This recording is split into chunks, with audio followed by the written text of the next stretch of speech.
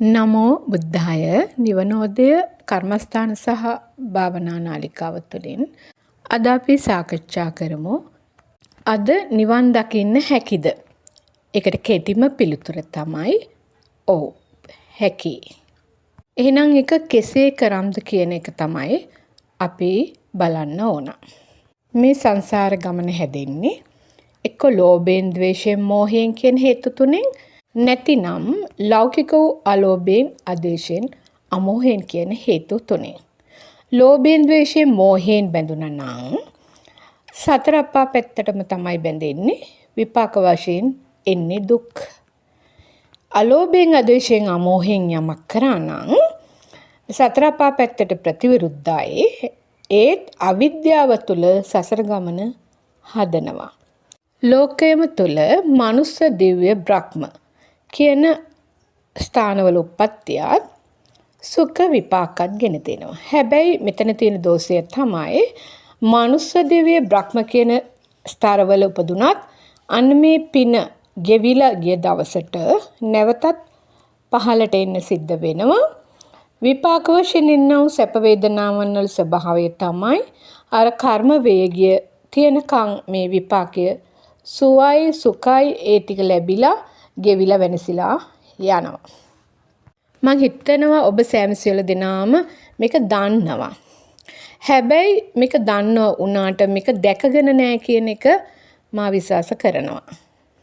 දැකගත්ත දවසට තමයි මේ නිවන් දකින්න ඕන කියන එක හැබෑවටම ඇතුළාන්තයෙන්ම එන්නේ. නැත්තම් අපි නිවන් දකින්න ඕනා කියා ගොඩාක් ඇත්තෝ එහෙට දුවනවා මෙහෙට දුවනවා. හැබැයි තමන් ගත්ත දෙයක් නැහැ කියන එක අපිට කතා කරාම තේරෙනවා. යම් අය එක්ක අපි කතා කරාම යාලා කියනවා අපි ධර්ම සාකච්ඡා කරනවා මෙහෙමයි ආදී කටයුතු කරන ආකාරය කියනවා. හැබැයි යාලා තේරුමක් නැතුව කියන්නම් වාලේ අහන්නම් වාලේ ධර්මය අහගෙන කියන්නම් වාලේ කියන පිරිසක් බවට පත් වෙලා ඒ අයගේ දෝෂයක් නෙමෙයි. එයාට මේක ඇතුළාන්තයෙන් නිවා ගන්න, ඇතුළාන්තයෙන් ලෙහා ගන්න බැරි ප්‍රශ්නය විතරයි තියෙන්නේ. ඇත්තට මේ අයට නිවන් දකින්න ඕන කියන හැඟීමක් තියෙනවා. මූලික වශයෙන් අපි මෙන්න මෙහෙමත් කතා කරලා බලමු. දැන් ඔබේ අම්මා තාත්තා රැකියාවල් කරනවා. ඔබ වෙනුවෙන් බොහෝ වෙහෙස වෙනවා. වෙහෙස වුණා. ඒ අය දුක් විඳලා හරි හම්බ කරලා ඔබට කන්ට අඳින්ට දෙනවා. ඉගෙන ගන්න පරිසරය හදලා දෙනවා. යම්තාක් සැප සහගත ජීවිතයක් උදා කරලා දෙන්න තමයි එයාලා උත්සාහ කරන්නේ. මෙතනදී ඒ දෙමව්පියනොත් බොහෝ දුක් මහන්සි වෙලා හම්බ කරලා ඒ උපයාසපයක් ගත්තා දේවල් වලින් ආහාර පාන ඇලුම් පැලුම් ඉඳුම් හිටුම් බෙහෙත් ආදී සපයා ගන්නවා. මෙන්න මේ ආකාරයේ ජීවිතයක් තමයි ඔබ මේ මනුස්ස තලයට ඇවිල්ලා ගෙවන්නේ. එනම් බලමු ඔබ ගොඩාක් දුක් විඳලා ඉගෙනගෙන රස්සාවල් කළා හරි හම්බ කරලා ඒ සල්ලි වලින් මුදල් වලින් ඒ ජීවිතේ කැප කර ගැනීම තුළින් ඔබට ප්‍රතිලාභ වශයෙන් මොනවාද ලැබිලා තියෙන්නේ? එනම් බලන්න ඕන ප්‍රතිලාභ වශයෙන් සැප ලැබිලා තියෙනවද? නැත්නම් මතු හරි සැපක් විඳින්න පුළුවන් පරිසරයක් හදාගෙන තියෙනවද කියන එක බලන්න ඕන. අනේ දෙමව්පියන් මහන්සි වෙලා හරි හම්බ කරලා දෙන්න දේවල් වලින් ඔබ කාලා බීලා ඇඳලා ඔබ කරන්නේ යහපත් දේවල්ද? නැත්නම් රාගයෙන්, ද්වේෂයෙන්, මෝහයෙන් මුලා වෙලා සතර අපාය පැත්තේ යන දේවල්ද කරන්න කියලා බලන්න. එහෙනම් ඒ අයගේ ශ්‍රමයට, මහන්සියට, කරුණාවට, මෛත්‍රියට, ආදරයට ඔබ සාධාරණයක් ඉටු කරලා තියනවද කියලා තමන්ගෙන් අහගන්න. මෙතනදී මම අදහස් කළේ එන්නේ ආහාර ටික අරගෙන, ඇඳුම් පැළඳුම් ටික ඇඳගෙන ඔබ රාගෙන්, ද්වේෂයෙන්, මෝහයෙන් මත්වෙන වැඩපිළිවෙලකද ඉන්නේ. නැත්තම් ඔබ ඒ මුදලට, ඒ සැලකීමට, ඒ ප්‍රතිලාභයට සාධාරණයක් ඔබ ඉෂ්ට කරලා තියෙනවද? නැද්ද? ඔබෙන් අහගත යුතුයි. ඔබ හම්බ කරගෙන ඔබ කෑව බිව්ව ඇඳුම් පැළඳුම් ගත්තාත් ඔබට ඔබ සාධාරණයක් කරගෙන තියනවාද? ඔබ රාගයෙන්, ද්වේෂයෙන්, මෝහයෙන් නම් ජීවිතේ පරිහරණය කළේ. එහෙනම් ඔබට ඔබ සාධාරණයක් ඉෂ්ට කරගෙන තියනවාද?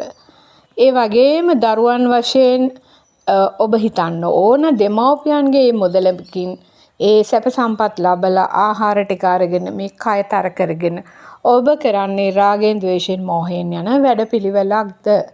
එහෙනම් ඒ දෙමව්පියන් බොහෝ දුක් විඳලා ඔබ වෙනුවෙන් කරන ඒ කැපකිරීමට ඔබ සාධාරණයක් ඉෂ්ට කළා තියනවද කියන එක ඔබ හොඳින් කල්පනා කරලා බලන්න ඕන. මෙන්න මේ ටික සඳහන් කළේ මේ නිවන් මගට මූලික අත්තිවාරම අඩිතාලම දා ගැනීම සඳහා. මොකද අපි ගෙදරින් මෛත්‍රිය, කරුණාව, මුදිතාව, උපේක්ඛාව පටන් ගත යුතුයි. එහෙනම් තමන්ගේ ළඟම ඉන්න අයට සාධාරණයක් ඉෂ්ට කරපු කෙනා, තමන්ට සාධාරණයක් ඉෂ්ට කරගත්ත කෙනා තමයි මේ නිවන් මගට සුදුසු. මෙන්න මෙහෙම හිතන්න පුරුදු වුණොත් ප්‍රඥාවන්තව ඔබට මේ ඉන්ද්‍රයන් 6 රැක ගන්න පුළුවන්. අකුසල් වලින් ඉවත් කරගන්න පුළුවන්. මේ නිවන් මගට ප්‍රවිෂ්ටයක් ගන්නත් පුළුවන්.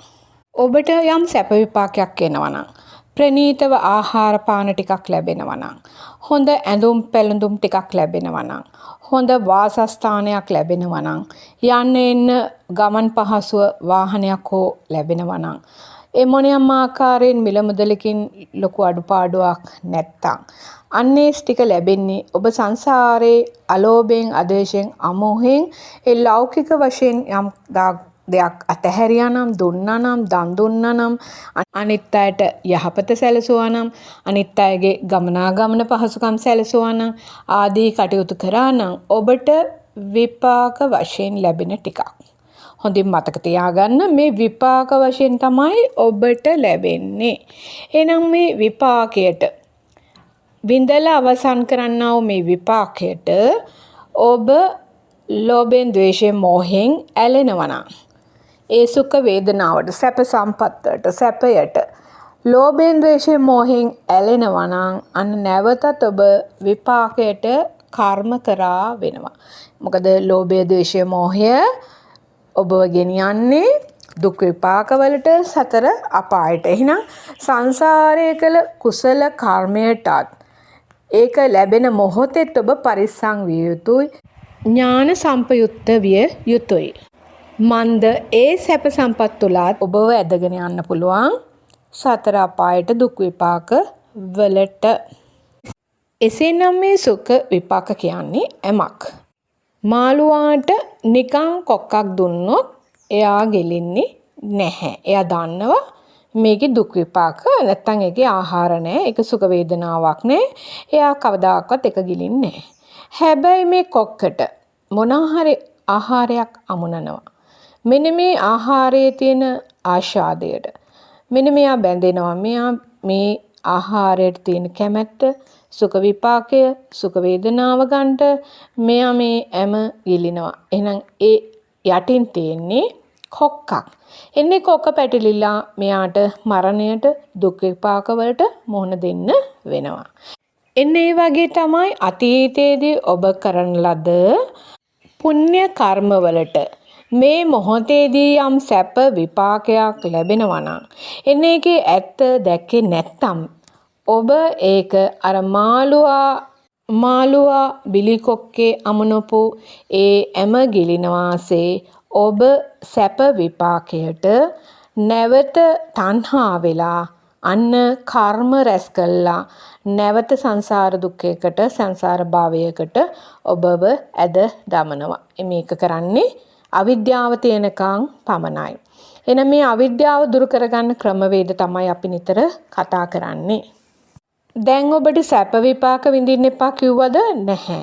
එන්නේ මේ විපාක වශයෙන් එන එක සැපය ඔබ බැඳෙන්නේ නැතුව විඳීමෙන් අවසන් කරන්න පුළුවන්. ඒක කිසි ගැටලුවක් නැහැ.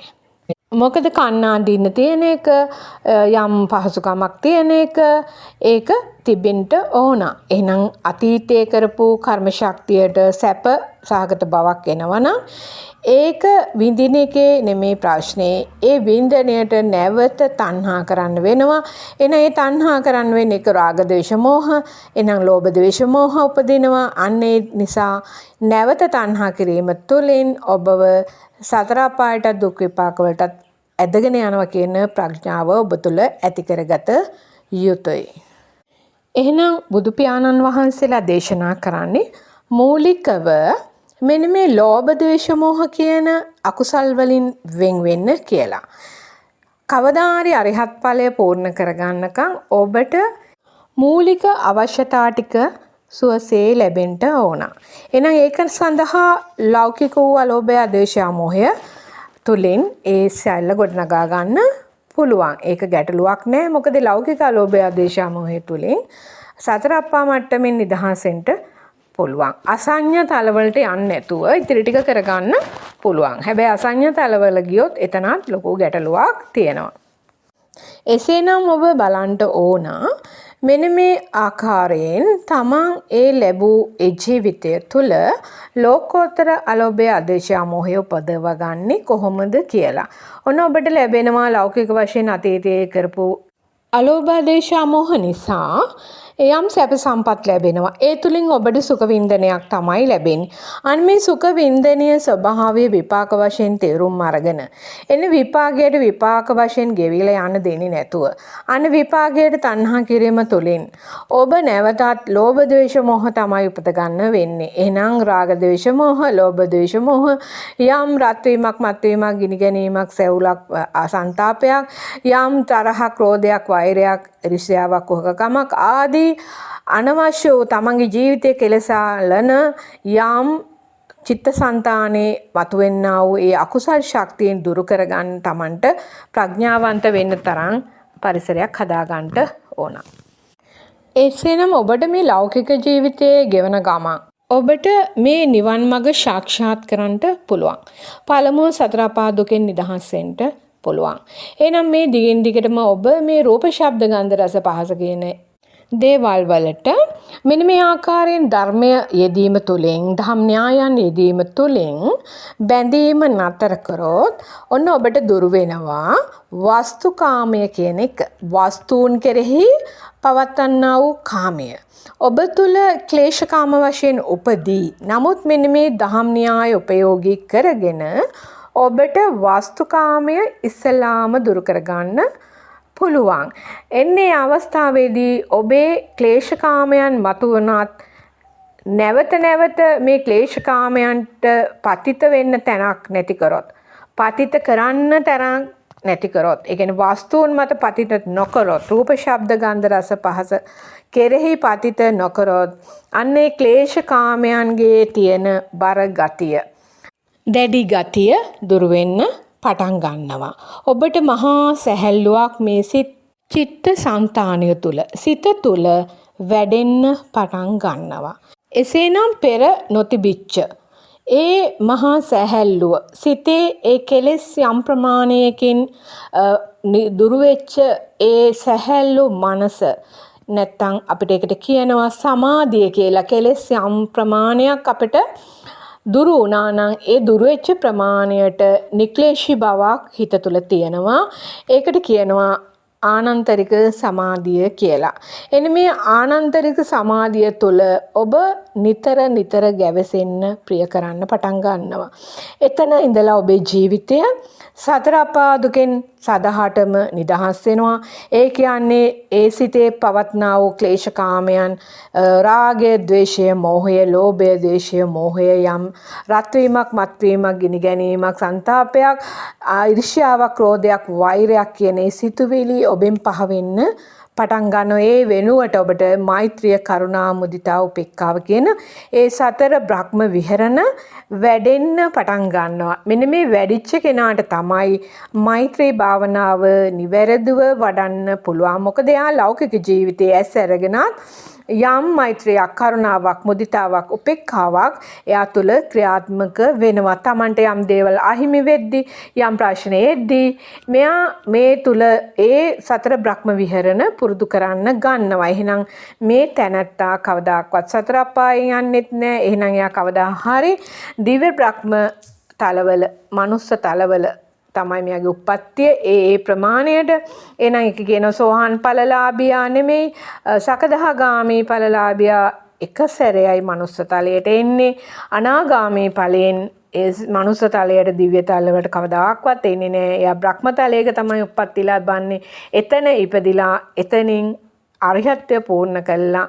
ඒ ජීවිතයේ අවසාන වෙනකොට හෝ ඒ අතරමැදදී හෝ මොනියම් ආකාරයෙන් නිවන සාක්ෂාත් කරනවා. නැවත මේ සංසාර ගමනට වැටෙන්නේ නැහැ.